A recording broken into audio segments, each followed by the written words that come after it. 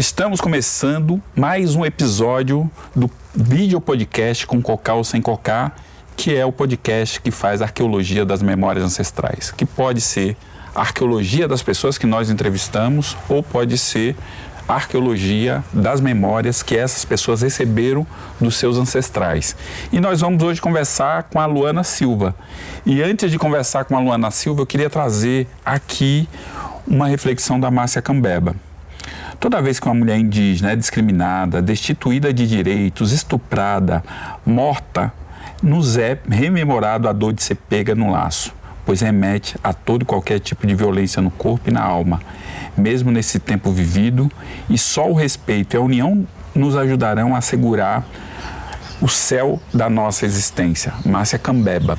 É uma reflexão importante, eu acho que é fundamental que a gente discuta esse lugar, não é, da mulher indígena, mas não só, né, esse lugar da mulher indígena, mas esse lugar das memórias, enfim, das vivências, da afirmação das identidades. E aí a gente vai conversar hoje aqui com a Luana Silva, que é Utucaione, que é Cariri, né? E tem a Luana, a gente troca muito, né? A Luana é bastante intensa nesse processo de afirmação da sua identidade. E aí eu sei também que aqui eu fiz uma apresentação, mas eu queria que a Luana falasse um pouco mais dela, e vai ser bom falar com a Luana porque a Luana é jornalista. Então, ela vai me poupar o trabalho aqui, bastante trabalho aqui. Diga lá, Luana. Pronto, obrigada, Giva, pelo convite. Eu acho que o jornalista é sempre ele acha sempre mais difícil falar dele do que falar de outras coisas. Mas enfim, vou tentar, né?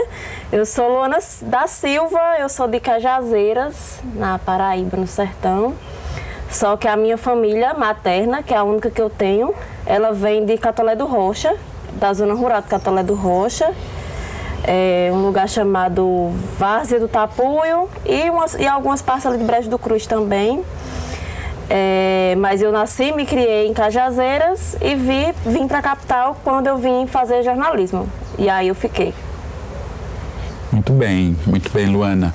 Queria que você falasse um pouco aí dessa história, desses percursos aí, desses deslocamentos, né, das suas famílias, né? Uma que fica uma que vai para Cajazeira, outra que fica lá em Catolé do Rocha, e aí você, durante um tempo, você perde esse vínculo, tem uma distância, e depois você passa a estabelecer uma relação mais intensa com eles, né? Mas eu queria que você falasse um pouco desses processos, Luana. Assim, a minha família, ela sempre andou muito, muito mesmo, assim. Tenho primos que estão em São Paulo, minha mãe mesmo, ela morou em São Paulo por algum tempo, trabalhou em fábrica, em casa de família. E aí tem essa parte que ficou lá em Catolé do Rocha, que são meus primos. E a outra parte vai para Cajazeiras. Eu criança, a gente sempre ia para Catolé do Rocha, para esse sítio, onde minha família mora. Só que aí eu acho que da adolescência até a fase adulta, até porque eu vim para João Pessoa, eu perdi um pouco essa frequência de ir. Aí eu fui o ano passado novamente. Mas aí é isso, assim, é uma família que parte, enfim, se espalhou, né? Eu tenho um tio em Fortaleza, tenho um tio primos em São Paulo, minha mãe foi para São Paulo, voltou. E teve essa parte, no caso minha mãe, minha avó e minha bisavó, que foram para Cajazeiras, em 59. E por lá ficaram, e foi lá onde eu nasci. Então, sabe, tem umas coisas assim bastante curiosas, né, Luana, que faz parte assim do apagamento, né? E a gente conversou isso já algumas vezes, né? Que é como você, né, alguns anos atrás, se lia como uma mulher branca. Porque, por exemplo, para nós indígenas, quando a gente vê uma outra indígena, a gente identifica, faz, né, a leitura sobre aquela pessoa. Muito embora a gente também saiba, né, que muita gente tem, né, a identidade apagada, mesmo com o fenótipo, mesmo com a família e tudo mais, tem uma negação. Mas eu acho interessante como algumas vezes você me falava disso, e eu falava, Luana, né, para mim é difícil concordar com isso, porque eu tenho uma outra leitura sobre você, né? Queria que você falasse um pouco desse lugar, sabe, Luana? Porque a gente está precisando falar desse lugar, não é? Sim. A família do meu genitor, que eu conheci, né? Eu não fui registrada, mas eu conheci. Eles são brancos e eles têm fazendas, têm algumas posses lá em Cajazeiras, né? E acho que no Ceará também. E eu não fui registrada. E aí, como eu escutava muito falar sobre eles, eu cresci com esse imaginário na minha cabeça, assim, de que você é diferente da sua família, você é diferente. E aí, tipo... E eu fui passando, só que aí eu não tive muito contato com essa família. Eu fui criada pela minha avó, pela minha bisavó, que, enfim, eu até brinco, assim, conversando assim com as memórias, né, que lá onde a minha família vive até hoje, em Cajazeiras, é bairro dos Remédios, é uma das favelas de Cajazeiras. Só que é uma favela meio rural, assim. Então eu cresci correndo no meio das vacas, mas, sei lá, meu vizinho estava escutando Edson Gomes, ou escutando Racionais. E aí eu cresci com essa família, que foi a única família, a única que eu tenho. E aí, desde sempre, assim, eu tinha a consciência, assim, não, eu não cresci em uma família branca. E a parte de uma família branca que eu tenho, que seria do meu genitor, eu não fui sequer registrada, né? Não tenho. Meu nome é só da Silva mesmo, por causa da minha mãe. Mas e essa leitura que você fazia de você mesma até recentemente, poucos anos atrás? Porque quando você vem pra cá, enfim, são até assuntos complicados, né? Pra você abordar, assim. Sim. Que quando a gente vem pra cá, existem algumas leituras que tratam como se o Brasil só tivesse pessoas pretas e pessoas brancas. E aí tem um grande bolo ali, tipo, minha mãe, minhas tias e tal. E até eu mesma, assim. E aí eu acho que a gente tinha um certo receio, assim, sabe, Giva? De entrar onde não lhe cabe. Só que você já não está em um mundo que lhe cabe de forma nenhuma. Sim, sim. Aí você fica assim. Porque, por exemplo, né, fico pensando um pouco, né, no que aconteceu com a família de vocês, né? Porque tem aí uma ação, né, de eugenia, né? Porque também se ler branco faz parte disso, né? Porque a gente ouvia várias famílias, eu escutei na minha família, não tanto, mas eu escutei na minha família, né? Que tinha que casar com uma pessoa branca para melhorar a raça, né? Era exatamente isso que se falava. Porque essa é uma ideia assimilacionista, é uma ideia eugenista, né? Sim. Que né, a gente entender que existe uma raça superior e a gente só vai alcançar esse lugar quando a gente deixar de ser, né? Isso é muito importante, né? A gente pensar sobre isso, né? E o próprio etnocídio, né? Que é a negação, né, de quem você é. A gente nega, né? Muita gente, muitos de nós nega esse lugar, né? Que é um lugar que é uma negação dolorosa, porque a gente também vai também entendendo que a gente não cabe em alguns lugares. Nunca consegue. Eu estava até conversando com Raquel Cariri esses dias, que ela foi lá em casa, né? E a gente conversando o quanto nossa intelectualidade, o nosso talento é colocado em xeque, assim, porque por mais que a gente se tente ao máximo, assim, se adequar, não tem, parece uma coisa assim, não tem. Mas, então, isso é uma questão importante também que você fala, né? A gente acompanhando as matérias, os jornais, nacionalmente, né? Não local. Mas a gente tem poucas pessoas, né, poucos jornalistas que buscam a profundidade, né, nos debates sobre as questões indígenas. E aqui na Paraíba, por exemplo, você é a única pessoa, né, que você escreve as matérias, repercute aqui, a gente repercute em outros lugares, né, e todo mundo fala das suas matérias, né? Ou seja, né, a afirmação intelectual é uma afirmação importante. Sim. Né? Dizer, nós temos uma visão, nós temos lugar, nós temos reflexão, é rebaixado, é superficial isso que se fala, né? E eu quero falar de forma mais aprofundada sobre isso, né? Então, esse lugar é um lugar importante, Luana. Eu comecei, né? Muito por causa... Quando eu cheguei aqui, eu noto, assim, não sei como é em outros estados, porque eu não tenho essa vivência, mas eu noto que aqui no interior da Paraíba, a gente ainda tem uma sombra, assim, de um coronelismo muito grande. Então, quando você chega aqui na capital e você diz, minha família é de Catolé do Rocha, a pessoa já diz logo, tu é de família tal lá, aí pá, uma família lá de políticos. Aí eu sempre dizia, antes de qualquer coisa, eu sempre dizia assim, não, eu sou dos caboclos que trabalham lá, nas terras. E aí, quando eu volto mesmo assim, essa consciência, e aí, enfim, eu misturo tudo, gente, desculpa. Não, pode, tá ótimo. Eu acho que até, não sei como está hoje nas escolas, mas eu acho que na Paraíba falta um certo letramento, assim, para as pessoas, sabe, sobre os povos indígenas da Paraíba, porque eu lembro que na minha escola, quando eu estudava e tal, os livros, as aulas, quando dizia assim, indígena, aí tinha uma figura, sei lá, do povo chavante, do negócio assim, bem longe, pronto. E não se falava assim, aqui... E aqui, a Paraíba, o que aconteceu com os indígenas da Paraíba, sabe? A gente não tem um espelho, né? A gente, tanto nas escolas, nos livros didáticos, né? A gente não tem essa referência para afirmar esse lugar. A gente não tem isso nos meios de comunicação. As reflexões que se tem a respeito de indígena, né? São sempre também muito rasteira, muito caricatural, né? Como você falou a respeito aí, né? E eu queria saber um pouco, assim, como é que é ser uma indígena nos meios de comunicação. Porque eu sei também que você está se integrando a um coletivo maior de indígenas, jornalistas, né? Então... Isso.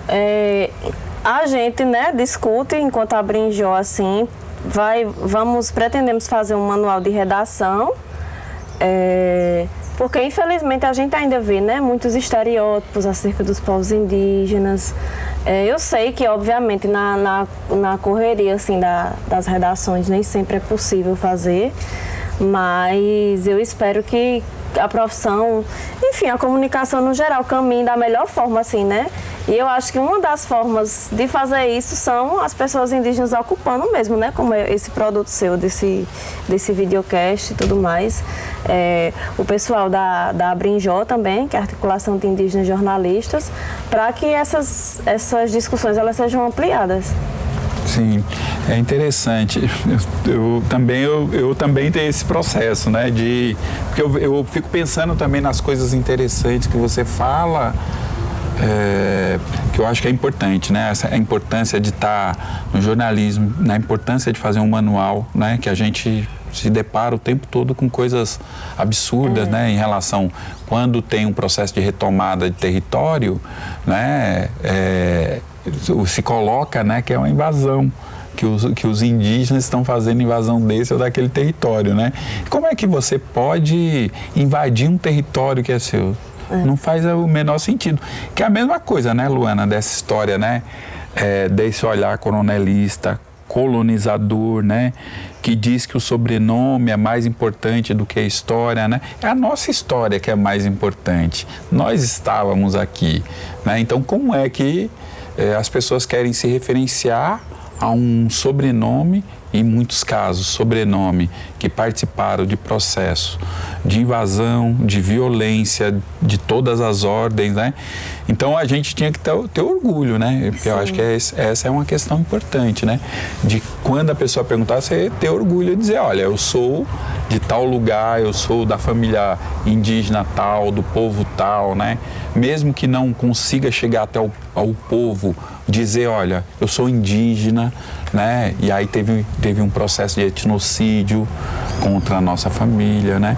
Eu acho que a gente precisa inverter essa lógica que está colocada, porque esse território é nosso, né? Não nosso do ponto de vista da propriedade, mas nosso do ponto de vista da pertença. Sim. Nós pertencemos a esse território, né? Então eu acho que é importante, né?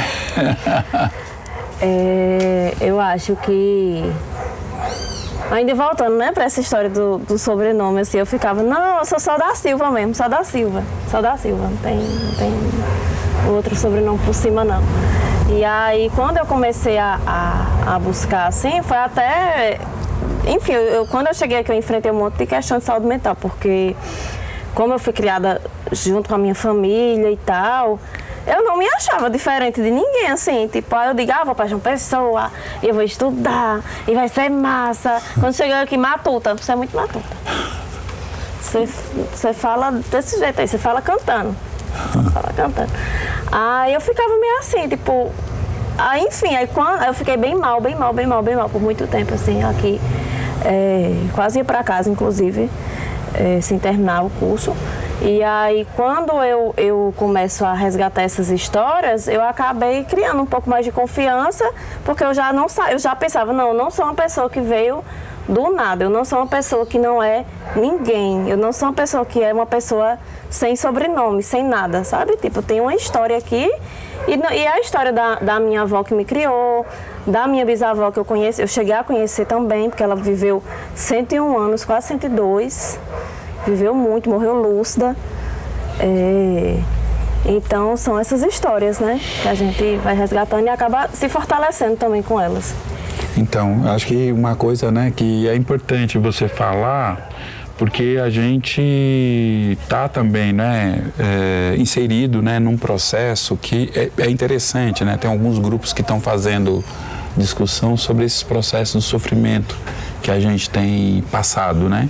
E é interessante que esses grupos estão, né, de indígena, de negras e negros, né, falando, olha, não é possível pensar o nosso sofrimento sem pensar a invasão colonial, né? Não é possível pensar sem pensar todas essas violências, né? Eu estou falando isso, Luana, porque é o seguinte, várias e vários indígenas que estão no processo de afirmação das suas identidades, o que a gente percebe é que passa por um processo de sofrimento. Sim. Certo? E a gente precisa também pensar que tipo de sofrimento é, porque se a gente não pensar esse sofrimento, a gente vai ficar sempre no sofrimento, né? Só no sofrimento, né?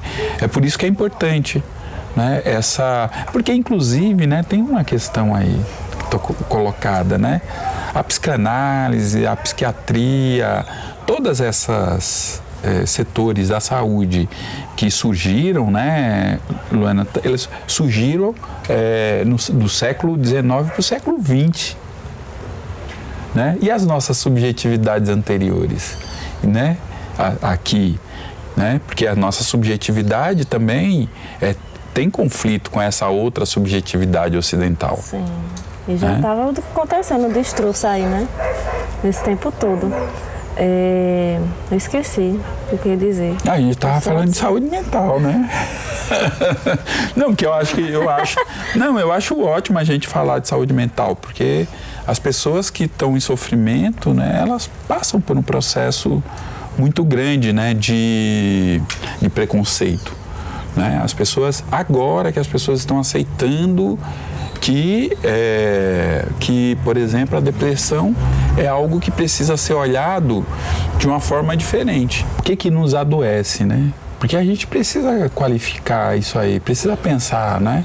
Porque essas doenças são doenças novas, né? A depressão é uma doença nova, né? Alguns pensadores da saúde mental, né, falam que é o mal do século, enfim, mas não é só esse, né? Tem uma série de outras doenças, né? E aí veja só que interessante, né? A Organização Mundial de Saúde vai colocar, né, há cerca de uns 30 anos atrás, a natureza como um elemento importante para a nossa saúde mental, né? Então, veja só, que nos traz saúde mental, que nos traz saúde, né? Mas veja só, como é que você faz isso e garante isso em uma cidade? Né? Como é que você faz isso em uma cidade que você pouco tem contato com as plantas? Vamos pensar aqui, que aqui é considerado uma cidade que tem um alto índice ainda de plantas, de verde e tal, né? Quando você vai para os bairros mais distantes, você já não tem, né? Você já não tem isso. Isso é um impacto. Agora, esse é um elemento. O outro elemento é esse, né? Você tem esses prédios altos. Se a gente for para alguns bairros aqui como Altiplano, ali, que é a entrada da ventilação da cidade, né? Ela impede boa parte da ventilação. A gente vê muita gente falando, não, é que hoje está ventilando menos, tal, né? E isso impacta na saúde mental. Os barulhos, né? Tantos barulhos, né? Da cidade ao mesmo tempo, né?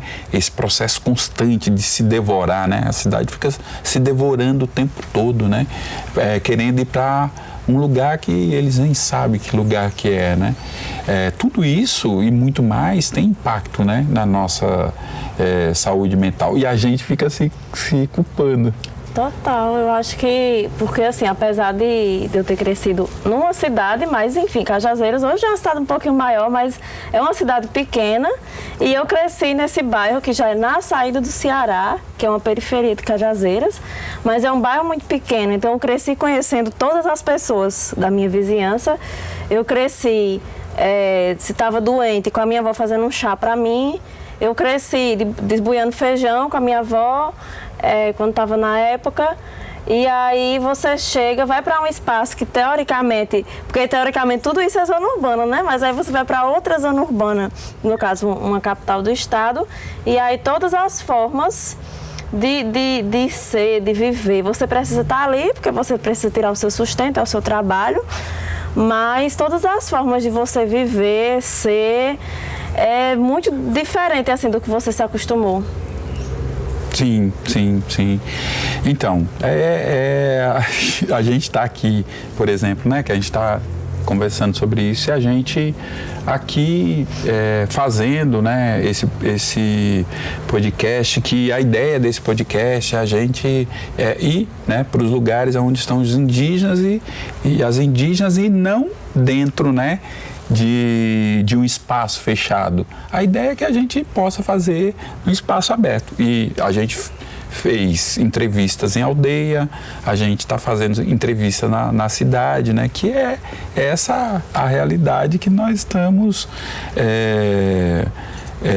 debatendo, discutindo, né? Que é essa diversidade de possibilidades de existência. E a gente está aqui, né, com um monte de barulho aqui no nosso entorno, porque nós estamos na cidade, né? Então, isso, de alguma forma, né, nos impacta, e nos impacta muito, né, Luana?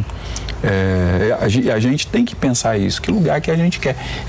Assim, aí eu quero pensar aqui com você uma questão, né? Por que é importante, né, ser indígena? Porque não é importante ser indígena por uma questão estética, né?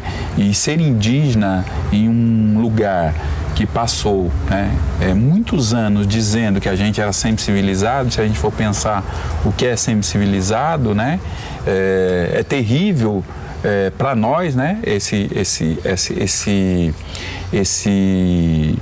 massacre. Portanto, a nossa situação não é uma situação boa. Quando a gente afirma a nossa identidade, não é uma situação boa, é uma situação extremamente difícil. Mas o fato, né, da gente entender e compreender a nossa ancestralidade, a nossa identidade, tem um outro elemento, que é esse elemento de relação, né, do ser humano com a natureza. Porque, vê, esse mundo aqui, o barulho que a gente está escutando, né, esse mundo rompeu a relação com a natureza, deixou de escutar, né, se dá uma importância que não tem, né, como o Krenak fala, né, nós temos essa importância toda. Nós que nos demos uma importância, né, que não faz muito sentido para o universo, né, não faz muito sentido para o planeta, não faz muito sentido, né, mas a gente acha que a gente tem uma importância superior da que a gente realmente tem, né, de importância, né? E aí, quando a gente afirma essa identidade, a gente afirma essa identidade pagando um alto preço. E um dos preços são as dores, né, que nós assumimos. né? São as dores de morar na cidade, são as dores de ter sido deslocado por diversas vezes, são as dores, né, de romper com uma falsa ideia do que é ser indígena, porque foi o colonizador que disse que a gente tinha que ser assim, que a gente é assim, e ponto, acabou, né? E um tanto de outras violências, porque a gente herda, né, todas as violências que as nossas e os nossos sofreram, né? Então, não é algo fácil, né, ser indígena, não é algo fácil assumir a identidade, afirmar a identidade indígena, né? Muito diferente do que muita gente acabou, né, considerando, né, a respeito, né, dos indígenas e das indígenas, né? Um grande equívoco, né? A gente vive nesse equívoco e a gente precisa desconstruir esse equívoco. Sim. A nossa tarefa, né, a tarefa dessa geração, né, é desconstruir um lugar equivocado que construíram para nós. Sim. A minha avó, eu lembro muito disso, ela morreu dizendo: quero voltar para Vaz do Tapuio, quero voltar para Vaz do Tapuio, quero voltar para Vaz do Tapuio. Vou deixar vocês tudinho aqui, vou me embora para Vaz do Tapuio. E ela morreu dizendo isso, e aí hoje em dia eu sei que ela tinha um saudosismo, mesmo em Cajazeiras, que não é nem tão diferente assim, mas ela já tinha um saudosismo de estar lá onde ela cresceu, assim, com as coisas dela, sabe? Sim. E aí hoje minha avó já é falecida, mas eu converso muito com a minha tia, e ela tem me trazido, assim, muitas memórias, né, dela. Você sabe que é interessante, né, a gente pensar nessa coisa do saudosismo, né? Tem olhar a respeito do saudosismo, quer dizer, olha, a gente não tem que ter saudades, né, de um determinado tempo, né? E aí, eu acho que a gente tem que pensar, né, mas que tempo é esse que você está falando, né? Por exemplo, pensar na minha infância, porque você está falando da sua infância. Eu vivi em uma região sempre de transição campo-cidade, né? E que eu me sentia, enquanto criança, muito acolhido pela minha comunidade. Percebe? Que era uma outra dinâmica, uma outra relação, né? E aí eu fico pensando nas crianças de hoje. As crianças estão nos prédios aí e a ideia é a ideia da proteção, né? Vai estar protegido aqui nesse prédio. Só que aí você tem uma superficialização de espaços de autonomia para essa criança. Tem um escorregador dentro do condomínio, mas até que horas que essa criança pode ficar nesse escorregador? Pode gritar? Pode ser livre? Pode ser criança? Sabe? Então, como é que eu não posso querer estar ou voltar para um lugar que a minha autonomia, que me possibilite, né, me desenvolver plenamente, né, porque eu vou ser autônomo, vou descobrir, né, as plantas, vou descobrir os animais, e me sinto seguro, porque o meu grupo, né, a minha aldeia está cuidando de mim. Como é que eu não posso ter saudade disso? Sim. Né? E infelizmente a gente olha para as crianças e fala: putz, não vai ter isso. Não tem. Não vai ter isso, entende? É um complicador. Eu acho que então a gente vai para o segundo bloco, né? E daqui a pouco a gente vai voltar aí com as outras memórias que você não nos trouxe. Então, até daqui a pouquinho.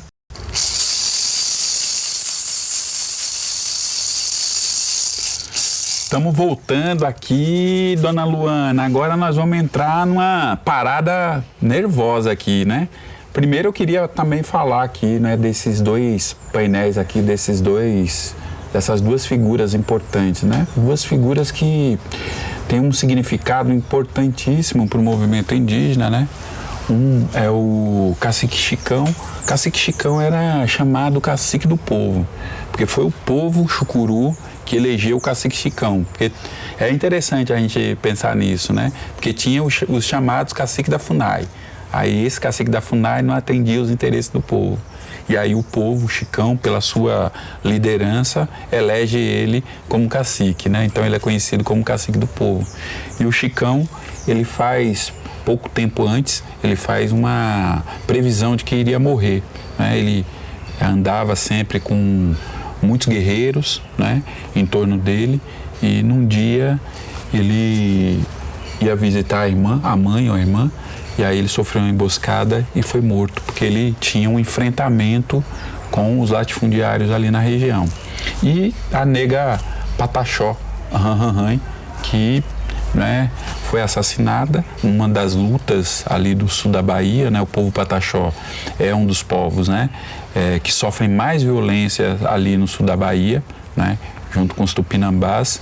E aí, numa das ações de um grupo aí que eu não vou falar o nome, né, esse grupo atacou, né, o povo Pataxó e outros grupos que estavam ali em solidariedade à luta, e a nega, ela foi assassinada, né, ela se jogou para não, o irmão dela também, que é uma liderança importante, não ser morta. E aí a nega deu sua vida pela luta indígena, né? Então é importante a gente lembrar as nossas e os nossos e falar a motivação que a gente, né, celebra, né, a existência dos nossos que agora são encantadas e encantados, né?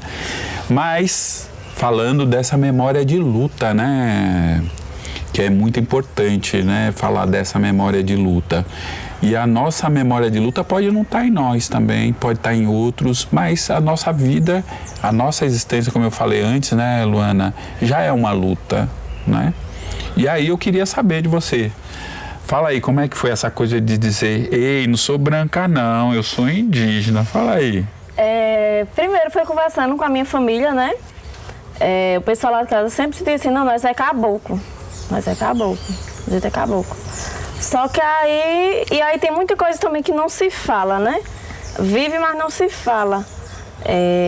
Eu cresci com essa minha bisavó, quando ela chega em 58, 59, pelo que minha mãe conta assim, Cajazeiras, nesse bairro dos Remédios. E aí eu lembro que quando minha bisavó morreu, ela tinha 101 anos, eu tinha de 7 para 8. E eu lembro que no enterro dela chegava muita gente dizendo assim, eu só tô vivo porque Bastiana ou fez o parto ou rezou, porque ela fazia parto, remédio, parteira, rezadeira também. Rezadeira, fui rezada por ela ainda. Bezedeira, né? Rezadeira, bezedeira. Fui rezada por ela ainda muitas vezes. E aí tinha essa figura. Aí minha bisavó, eu lembro como se fosse hoje, assim, ela tinha esse hábito de jantar, tomar banho, jantar e ir para a calçada fumar o cachimbo. No último dia de vida dela, ela fez a mesma coisa.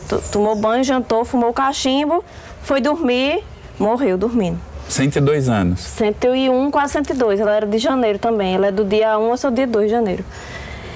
E aí, enfim, eu cresci com essa família e com essas práticas, né? Aí hoje em dia eu entendo que a função que ela teve no bairro, Dona Bastiana ou Mãe Joca, o povo chamava ela de Mãe Bastiana ou Mãe Joca, né?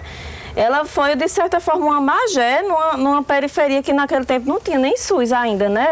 Eram as casas de misericórdia, 1958, no Brasil, assim.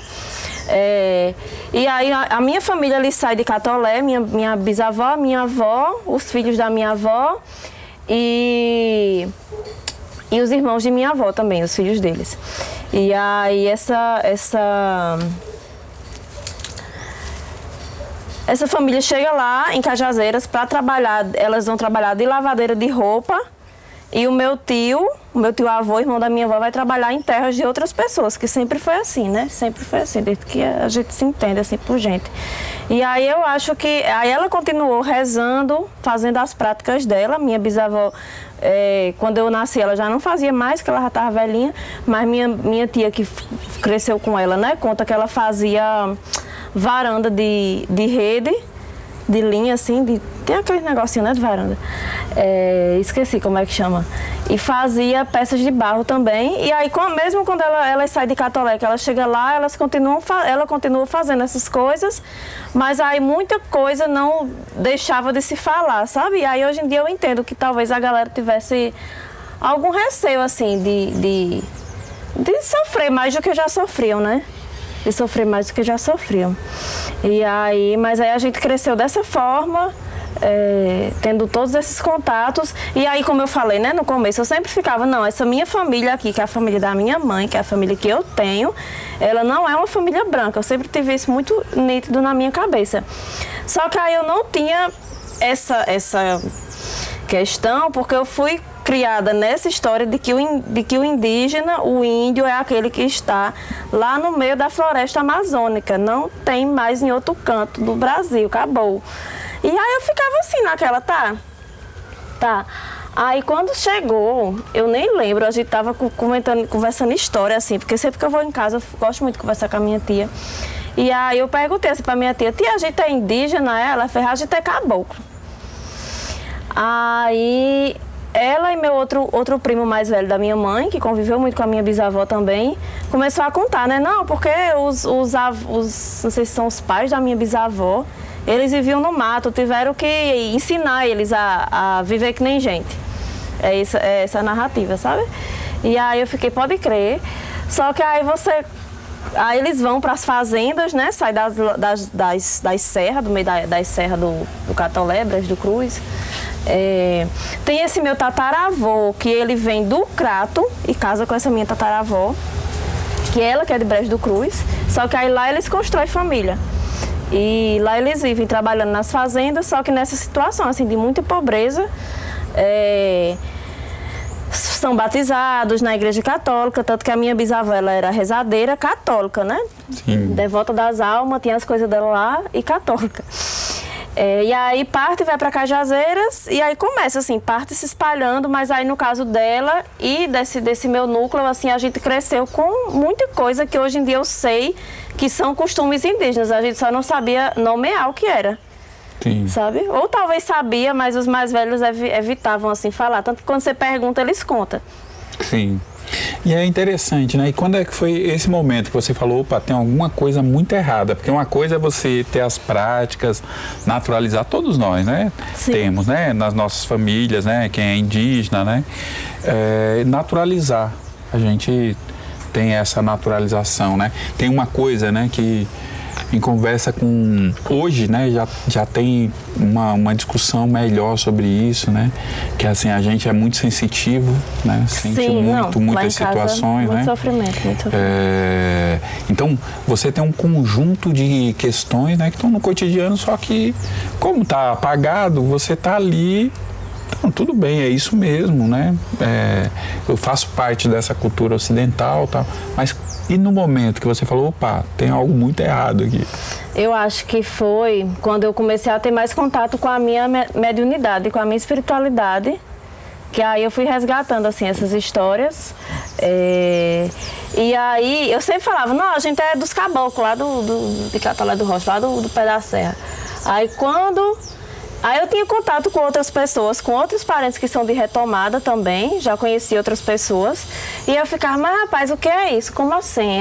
É possível uma pessoa, hoje em dia, ela ser indígena, sem ela estar no meio da floresta amazônica, isolada? Se ela ter, sabe? Sem estar nesse contraste, aí eu ficava perguntando assim, conversando.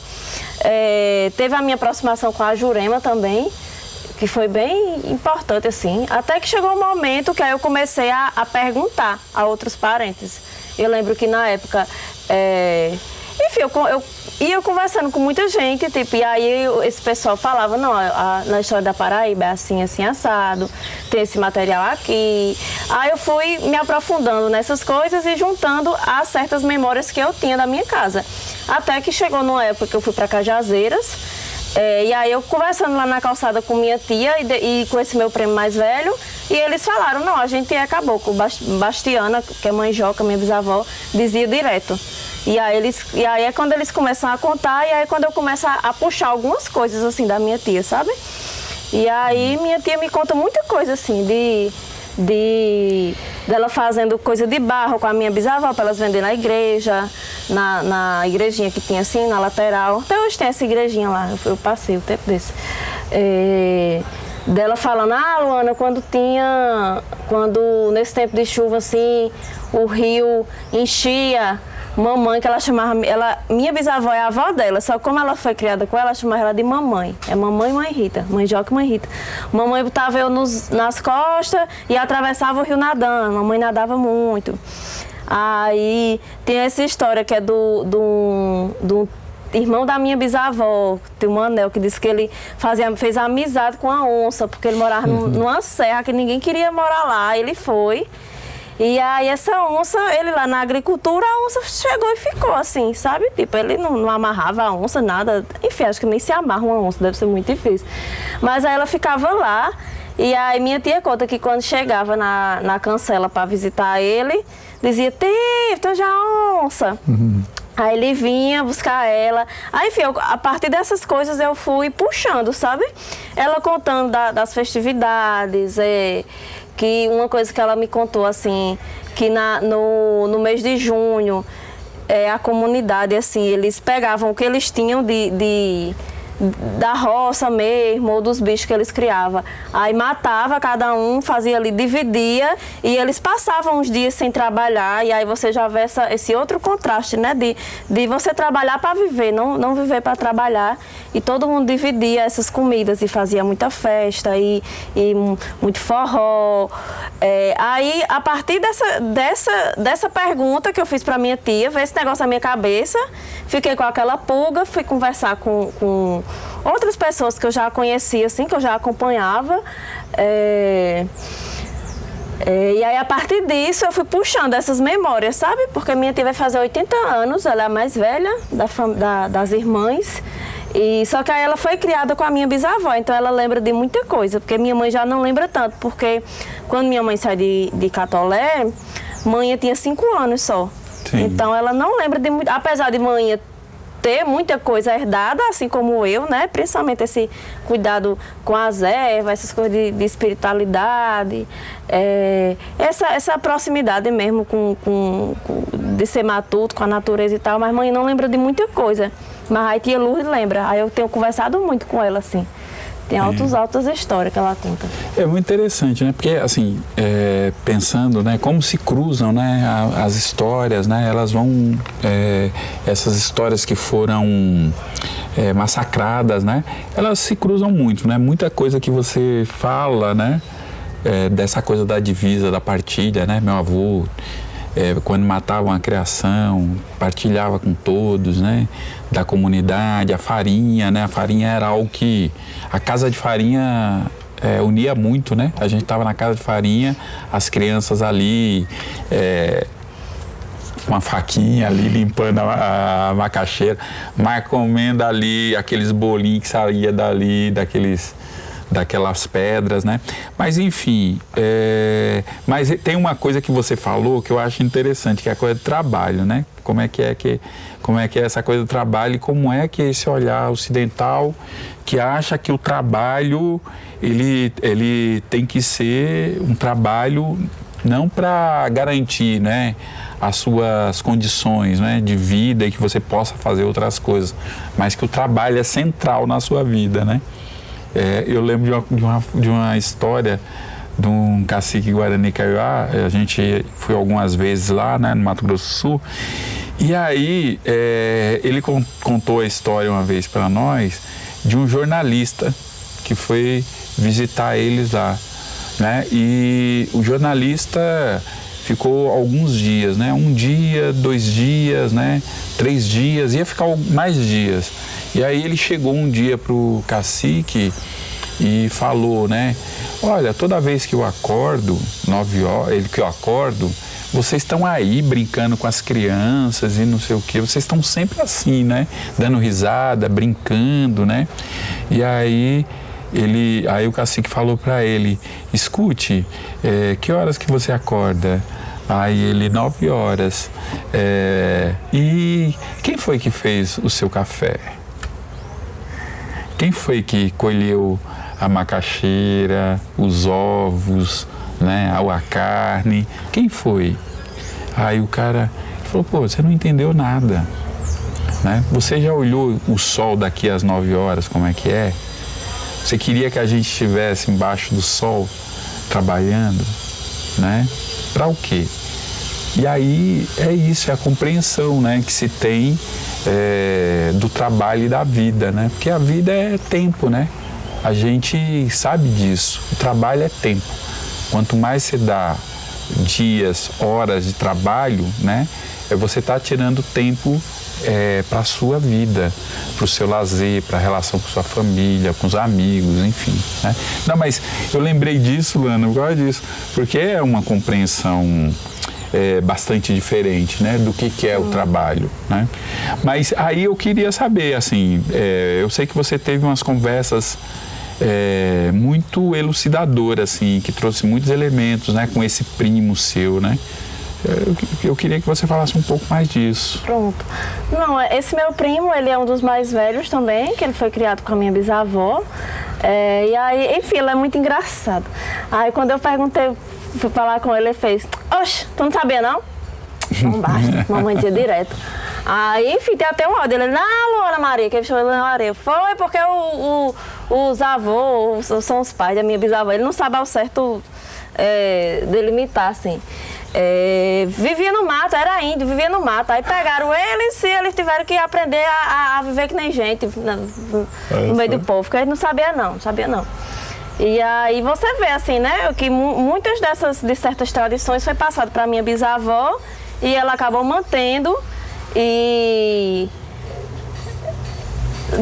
assim, né, por exemplo, quando ela morreu, ela já estava muito velhinha, então essa parte do artesanato ela não passou para ninguém, assim. Minha tia até conta, Luana, eu ainda fazia quando era criança, mas acho que eu já esqueci como era. Muita coisa, né, Luana? Muita coisa vai se perdendo. Minha avó fazia esteira, meu avô, né? Eles faziam esteira, assim. E a gente acompanhava ali, estava ali, né? Tia contou, lembrei agora, que elas faziam arupemba também. Arupemba, de esteira, palha. outras coisas, né? Que a gente vai também tendo uma memória que a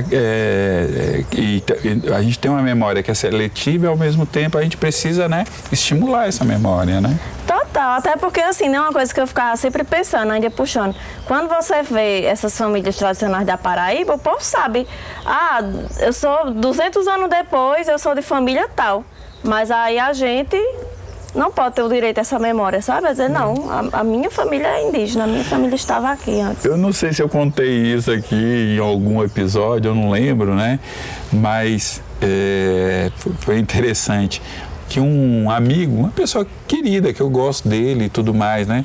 E ele me falando de quantas gerações, né? Ele estava pesquisando e estava conseguindo chegar, né? E eu, né, ponderando com ele, né, assim, falava desse etnocídio, né, desse ataque à nossa memória, à nossa história, né, que você vê como ela é um instrumento de poder, né, porque a memória europeia, a memória ocidental é uma memória que eles afirmam o tempo todo, mas a nossa memória não, né? A nossa memória está em lugares que a gente nem sabe onde que está, né? E aí, ele falava para mim, eu falava, rapaz, eu não consigo acessar 3 gerações. E aí ele uma vez chegou para mim e falou, nós acessamos 15, da nossa família tem um livro que acessou 15 gerações. Um livro, meu Deus do céu. Eu ainda consegui umas coisas nesse site da... E o engraçado disso aí, que eu assim, né, eu chocado, sentindo um pouco agredido ali com aquela história, mesmo sabendo que ele não estava fazendo isso... sim, intencionalmente. Intencionalmente, né? O que são 15 gerações, Luana? Aí no ano 1000, antes do ano 1000. Teve um colega meu também conseguiu, ele é do sul e tal, uma pessoa branca, e aí conseguiu acessar isso, muito antigo assim. Mas a gente não tinha nem foto, até foto é um artigo de luxo, era um artigo de luxo, assim. É difícil, muito difícil. Sim, minha bisavó, a gente só vai ter foto dela mais velha, e essa que foi no aniversário dela de 100 anos já. Sim, Luana, ainda bem que você falou.